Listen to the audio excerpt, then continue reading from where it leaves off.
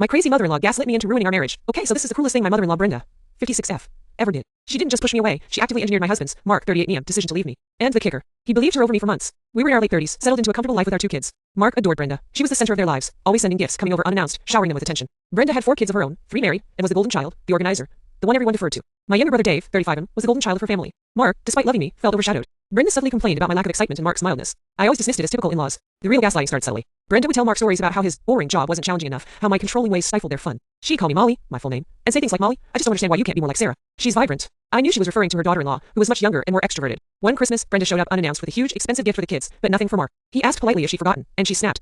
I didn't forget. I just think you wouldn't appreciate it like the kids would. You're too practical. It stung, but I told him not to engage. The real escalation began with phone calls. Brenda would call Mark multiple times a day, sometimes for an hour, talking about her garden club, her grandkids, complaining about me. Mark, honey, Molly won't let me contribute to the kids' college fund like I want to, she'd say. She's just not team player, Brenda. I tried to have honest conversations with Mark. Brenda's being difficult, but she's family. Maybe try to be nicer.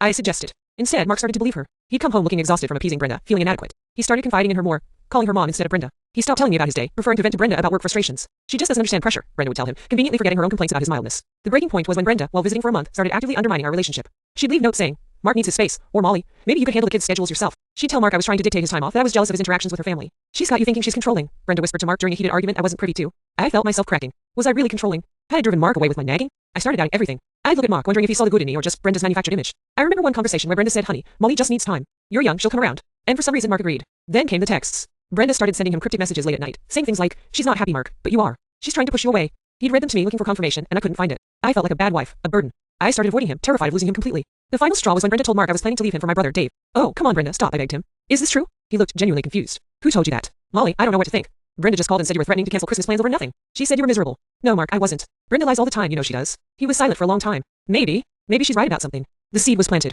He started spending more time with Brenda, less with me. I confronted him directly. Mark, please, look at these texts she sent you. Look at how she lies about me constantly. Please, just check your phone messages with her. He looked at me hurt and confused. I don't know, Molly. It's just, she is always complaining. And you. Sometimes you do seem controlling. The doubt was eating him from the inside. I felt myself crumble. Was I the asshole? Had I really driven him away? He finally left last Tuesday. I'm sorry, Molly, he said, packing his bags. I couldn't take it anymore. Brenda, she was right about me. I felt like I was drowning. He drove away with his car Brenda had gifted him years ago, the one I couldn't afford. Our house, our life together, gone. I called him back. Mark, no. Please, talk to me. He didn't answer.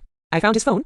Went and see, I know, and saw the text Brenda sent him over the past year. Lies, half-truths, manipulation. The proof is here if anyone wants it. Brenda is a master manipulator, and she won. I lost my husband because she gaslighted him into thinking I was the problem. Edit, I went to Mark's place yesterday. He's staying with his sister Brenda's daughter-in-law. I found a box Brenda left behind filled with documents. Turns out, she fabricated evidence of an affair I supposedly had with another man. She used that to push him away completely. The golden child not only gaslighted me but also twisted everything to make me the villain while making Mark feel like a victim. I need therapy. And maybe a restraining order.